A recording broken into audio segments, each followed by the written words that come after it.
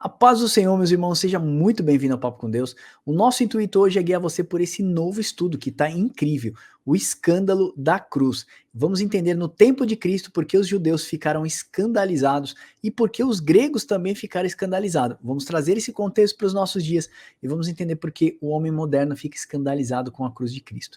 Deus abençoe você, bora lá para o estudo.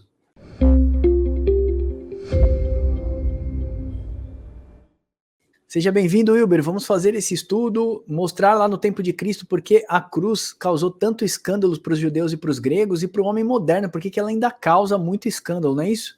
Exatamente. Vamos ver o porquê essa cruz escandaliza tanto, né, as pessoas, tanto da época passada quanto da época presente. Só lembrando, se você estiver chegando aqui agora no canal, nós temos cursos gratuitos, tá? No site papocomdeus.com/cursos. Você pode também estar se inscrevendo no canal, deixando seu like e também nos seguindo nas outras redes sociais, Instagram, no Telegram, para participar das nossas discussões e no WhatsApp também. E também tem os e-books, né, que são todos gratuitos também no site. Maravilha. Aqui na descrição desse vídeo você pode pegar esse e-book que eu vou te mostrar agora e lá no nosso site tem mais de 160 para você ser edificado também. Então deixa eu compartilhar a tela aqui com vocês, que eu tinha esquecido de deixar essa tela compartilhada. 3, 2, 1, pronto. Vamos lá. Então tá aqui, irmãos. Vamos falar sobre o escândalo. Ô, Hilber, lê pra gente lá 1 Coríntios 23 a 25 para a gente poder contextualizar? Então, 1 Coríntios, capítulo 1, do 23 ao 25, vai falar assim: mas nós pregamos a Cristo crucificado, escândalo para os judeus, loucura para os gentios. Mas para os que foram chamados, tanto judeus quanto gregos, pregamos a Cristo, poder de Deus e sabedoria de Deus, porque a loucura de Deus é mais sábia do que os homens e a fraqueza de Deus é mais forte do que a dos homens.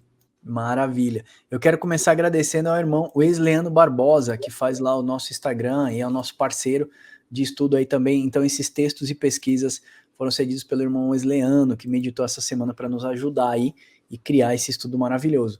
Irmãos, você sabe que os judeus eram um povo extremamente religioso, porque eles trabalharam em cima da lei de Moisés para a purificação dos seus pecados, né, com os atos cerimoniais e tal. Então o que acontecia? Os judeus eles esperavam o Messias, um Cristo que viria vitorioso e que permaneceria para sempre no poder. Você vai ver isso lá em João 12:34, quando eles falam, olha, nós aguardávamos um Cristo, né, que fosse sentar no trono de Davi e esse trono fosse eterno. Mas o reino de Deus é espiritual, por isso que nós fazemos nossos estudos e trazemos para o contexto espiritual. Os judeus também, aprenderam que os seus atos cerimoniais era que justificavam eles através da lei de Moisés. Então dizer logo para os judeus, né, que a cruz de Cristo justificava eles era basicamente um escândalo. E os gregos, né, que no tempo de Jesus Cristo os gregos eram o povo mais sábio sobre a terra, então os filósofos gregos, então toda a sabedoria vinha dos gregos, e aí dizer que a sabedoria de Deus e o poder de Deus se manifestava através da cruz de Cristo era um grande escândalo para aquela época. Então existe a comparação, né, de judeus e gregos. Se você quiser entender também como as duas casas de Israel, né, judeus e gentios, casa de Judá e de Efraim também, você pode pegar esse contexto. Então, e o escândalo para os nossos dias. O homem moderno acredita que os antigos precisavam de Deus. Eu assisti aquela série chamada Em Busca de Deus, de Morgan Freeman, e ele fala isso, olha, o povo antigo precisava de um Deus que pudesse abençoar a sua lavoura, curar. Ele fala exatamente esse trecho. Ele fala que o homem moderno tem a ciência. O homem moderno tem a ciência como conhecimento, tá? O homem moderno inventou as suas curas, multiplicou a sua lavoura. Você sabe que hoje nós temos grãos transgênicos e tal. Multiplicou a sua lavoura, alimentou o seu povo, curou as suas chagas, as suas feridas. E até os dias de hoje ainda não foi inventado, né? Em 2022 nós estamos agora, não foi inventado ainda a solução para a eternidade, mas a gente já sabe que existem pesquisas avançadas olhando como que alguns animais, existem, se não me engano, 5 animais que são eternos, né, que se multiplicam, as suas próprias células rejuvenescem e se multiplicam novamente. Existem estudos laboratoriais que estão sendo feitos nesse momento para trazer a eternidade no coração do homem. E toda essa ideia de eternidade é uma forma do homem de se afastar das leis morais de Deus, né, de se ver livre das leis morais de Deus, criar suas próprias regras, condutas, viver no seu próprio universo, e a isso nós chamamos de síndrome de Nimrod. Se você fez o nosso estudo Nimrod e a Torre de Babel, se você não fez, eu vou deixar um card aqui em cima, que vai mostrar por que o povo se rebelou contra Deus após o dilúvio. Deus fala agora, vocês se espalhem pela terra, multipliquem-se e espalhem pela terra, e façam o meu nome grande. Nimrod faz exatamente o contrário, traz as pessoas, erigem a Torre de Babel, né, como os zigurates, depois da Torre de Babel, que era fugir de dilúvios, né, então eles criaram torres altas para que fugissem de dilúvio. Eles sabiam pelos seus pais, pela tradição oral, porque eles não tinham a tradição escrita naquela época, que os povos que antecederam eles morreram através de um grande dilúvio. Então eles queriam construir torres altas, fazer o seu nome grande e ajuntar as pessoas em vez de espalhar. Fizemos esse estudo, é incrível. Dá uma olhada no card aqui para você ser edificado. Então, a isso nós chamamos síndrome de Nimrod, certo, Wilber? Certo, perfeito, Max. E um comentário breve do texto de 1 Coríntios, né, que a gente leu, a gente percebe que é escândalo para os judeus, porque, né, os judeus tinham o Messias como algo santo, e é maldito aquele que foi pregado no madeiro. Então, como algo santo se faz maldito? Isso seria um escândalo. E Cristo, ele falava que eu sou, né, no caso, eu sou o Deus. Eu sou o Yud Rei Vav Rei. Então, como o eu sou, a coisa mais santa que tinha para aquela cultura judaica, se faz maldito, se faz pecador. Isso é um escândalo. Eu estou colocando ali como se eu estivesse colocando algo santo em um local profano. Isso escandalizava. E loucura para os gregos, por quê? Porque falávamos que Cristo é o Deus encarnado, mas esse Deus encarnado, ele morre para o seu povo. Enquanto na cultura grega você tem os deuses que são soberanos, os deuses que são eternos, os deuses que não morrem, os deuses que não sofrem por conta da humanidade. Então isso acaba sendo uma loucura para os gregos. Como que um Deus perfeito, que se diz eterno, ele vem e morre em forma de homem. Ele se faz menor, né? Ele se faz maldito. Isso seria loucura também para os gregos. E aí, como o Max falou, a síndrome de Nimrod, né? O homem quer fazer o seu nome conhecido. E quando a gente vai no contexto da Torre de Nimrod, você vê ali que eles manda fazer tijolo, né? E quando faz a expressão fazer tijolo na antiguidade, era um sinônimo de escravidão. Quem fazia os tijolos eram os escravos e quem mandava fazer o tijolo dominava essas pessoas. Então, quando a gente vê a síndrome de Nimrod, é essa síndrome de pessoas querendo ter a evidência, querendo ter domínio ou querendo ter uma certa influência sobre as outras pessoas, ou seja, fazer o seu nome grande, coisa que Cristo vai ao inverso, porque Cristo diz que o maior no reino dos céus serve a todos. Não é o que é conhecido, mas é aquele que os serve. Maravilha. Incrível, né? Olha só, irmãos.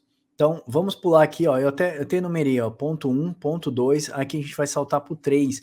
O mistério da Trindade. Olha só, Jesus mais o Espírito Santo, mais Deus é igual a 3. Vamos falar isso para o homem moderno, né? 1 mais 1 mais 1 é igual a 3. Mas a sabedoria de Deus diz que ambos são um só. Então o mistério da Trindade é algo inconcebível para a mente humana e mesmo assim nós vemos diversos debates sobre esse tema.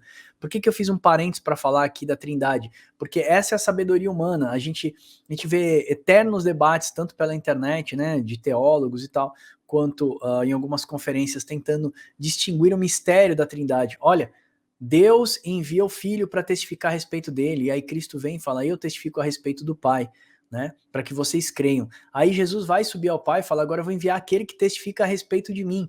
E aí vem o Espírito Santo, e Jesus fala que ele vai testificar a respeito de tudo aquilo que eu vos tenho ensinado. Então, um testifica do outro, mas ambos são um só. Esse é o mistério da Trindade, né? Que não tem essa palavra na Bíblia, Trindade, ou triunidade, mas nós sabemos que os três são um só, e Deus não existe sem o Espírito, e Deus não existe sem o Filho, e assim é. E as pessoas ficam arrumando confusão em cima disso, né? Como se fosse a sabedoria do filósofo humano. Então, irmãos, entenda, a nossa sabedoria é limitada, tem coisas que nós só vamos entender na eternidade futura, amém? Como é que eu posso dizer? Compete que a gente obedeça, né? Confere que a gente obedeça aquilo que nos foi ensinado simplesmente assim, tá bom? Em que consiste o escândalo da cruz? Aí aqui, ó, na obra da altivez humana, tá em Tiago 4:6, o homem é muito altivo, né? Na rejeição das obras humanas, Gálatas 2:16, na alegação que somente em Cristo há salvação. Então, é um grande escândalo para o homem, né? Naquela época de Cristo, então, nem se fala, porque eles estavam em transição de aliança, da antiga aliança, que era a lei, para a nova aliança, que era a graça em Cristo Jesus. Na afirmação de que todos são pecadores, Romanos 3:23. Então o homem tenta não depender de Deus e, portanto, viver a sua vida de pecados com as suas próprias regras e condutas. Olha, como os homens demonstram que se escandalizam com a cruz. Então, hoje em dia, dá para a gente ver uma demonstração de que o homem está escandalizado com essa mensagem da cruz. Olha, se você crer em Cristo, né, e se arrepender dos seus maus caminhos, então você é justificado, então você é salvo. Então, como que eu posso ver, através de atitudes humanas, que os homens escandalizam a cruz de Cristo? Tem sim, ó, através da perseguição brutal dos seus seguidores. Prisão, tortura, fogueira, a gente vê isso no Oriente Médio, Janela 1040, na Coreia, China e em tantos outros países, né, que não se pode expressar a nossa fé. Em muitos países em que a Constituição garante a liberdade religiosa, olha só, o Brasil é um país que garante a liberdade religiosa, mas mesmo assim a gente percebe uma maneira sutil de perseguição e cancelamento de todos aqueles que seguem a cruz de Cristo. Pela crítica negativa da Bíblia e pela negação das verdades bíblicas, eles roubam do Senhor a sua dignidade e desprezam seus seguidores. Qual a melhor forma de você tornar uma mensagem fraca, Wilber? É você desprezar e criar chacotas, né, que a gente chama, tipo, então você cria uma grande narrativa para você minimizar, desprezar, né, vamos dizer assim, uma mensagem. Então, veja, quando a gente chega no ano político, muitas pessoas começam a falar mal de um político e você percebe, fala, nossa, esse cara tá sujo, né, esse cara tá... Porque mesmo que aquele cara seja um bom cara, eles começam a denigrir a imagem do cara com vários ataques, isso chama-se narrativa controlada. Então você trabalha em cima de uma narrativa para denigrir e as pessoas fazem a mesma coisa com o Evangelho de Cristo. E aí, para variar, alguns ministros do Senhor, né, estão envolvidos em escândalos de corrupção, dinheiro, egoísmo, adultérios. Então, assim, fica muito fácil para que se crie uma grande narrativa para as pessoas criticarem as verdades da Bíblia e, então, perseguirem a cruz de Cristo, que é um escândalo para eles. Olha, irmãos, eu coloquei aqui embaixo, para vocês darem uma olhada, que ficou bem legal também, eu coloquei alguns temas que eu acho importante a gente meditar. Ó. A cruz de Cristo, ela fere o orgulho humano, por isso que ela é um grande escândalo. Ela mostra que eu mesmo não sou ninguém, o meu ego, né, as minhas dominâncias, o meu braço forte. A imagem repugnante de uma cruz é a beleza da graça, né, de Deus. Então, se olhar para aquela cruz tão bruta, vamos dizer assim, a gente percebe a graça de Deus. Por isso que eu coloquei essa cruz aqui toda bonitinha, pintada, para mostrar para você que enquanto algumas pessoas olhavam para uma cruz repugnante, nós podíamos ver a beleza da graça de Deus expressa em Jesus Cristo. A dor angustiante da morte de cruz se contrapõe a um amor de um Deus que é Pai.